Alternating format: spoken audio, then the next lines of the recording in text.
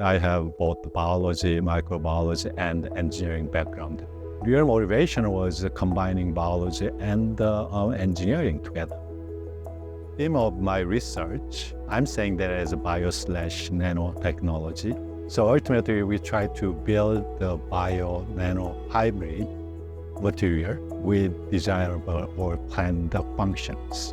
Nanotoolbox is the center of my research.